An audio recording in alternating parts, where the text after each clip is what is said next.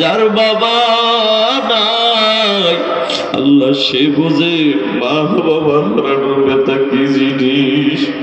বাবা মা যদি বুড়াও হয়ে থাকে, বিছানায় পড়ে থাকে, বাবাকে একটা ডাক দিলে কেন যেন অন্যরকম শান্তি।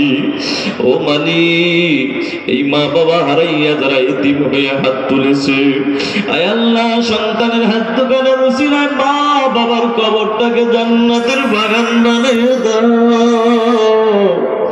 আয় আল্লাহ মালিক, তাকায় দেখো কত যুবক হাত তুলেছে, কার জানি বাবা নাই, কার জানি মা নাই, কার জানি আপন ভাই নাই, ভাই হারাইয়া হাত তুলেছে। আল্লাহ কত ভাই হাত তুলেছে, তা কার জানি বিবি নাই, কত মা বোনেরা হাত তুলেছে, কার জানি স্বামী নাই।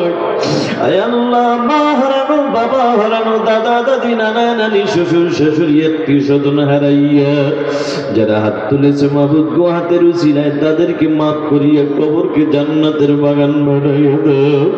আয় আল্লাহ এই গোরস্থানে যারাই শুয়ে আছে সবাইকে মাফ করে দাও।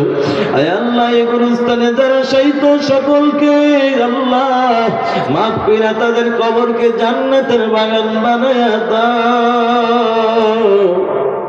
আল্লাহ আমরা তো সবাই ওই একই পথের যাত্রী মালিক, আমাদেরকে যেই পথে চললে তুমি রাজি, তোমার রাসূল খুশি, ওই পথে চলার তৌফিক দান করো। আয় আল্লাহ রব্বুল আলামিন, আমাদের মধ্যে যারা অসুস্থ সবাইকে সুস্থতার নিয়ামত দান করো।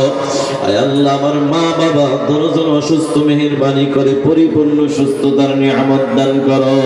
আয় আল্লাহ আমি নিজেও শারীরিকভাবে অসুস্থ, কথা বলতে কষ্ট হয় মালিক, শরীর স্বাস্থ্য কণ্ঠ ভালো রেখে দিনের সহি কথাগুলো ইখলাসের সাথে বলার তৌফিক দান করো।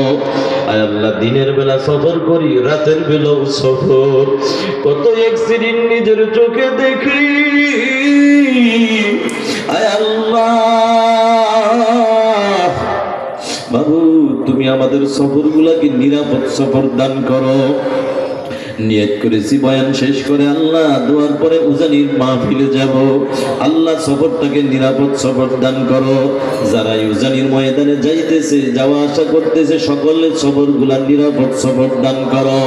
আয় আল্লাহ জানি না কোন দিন যেন সেই বিদায় হওয়ার ডাক এসে যায়। ও মালিক, কোন দিন যেন মসজিদ থেকে পালকি খানা ঘরের দরজায় হাজির, কোন দিন যেন দোকানের সাথে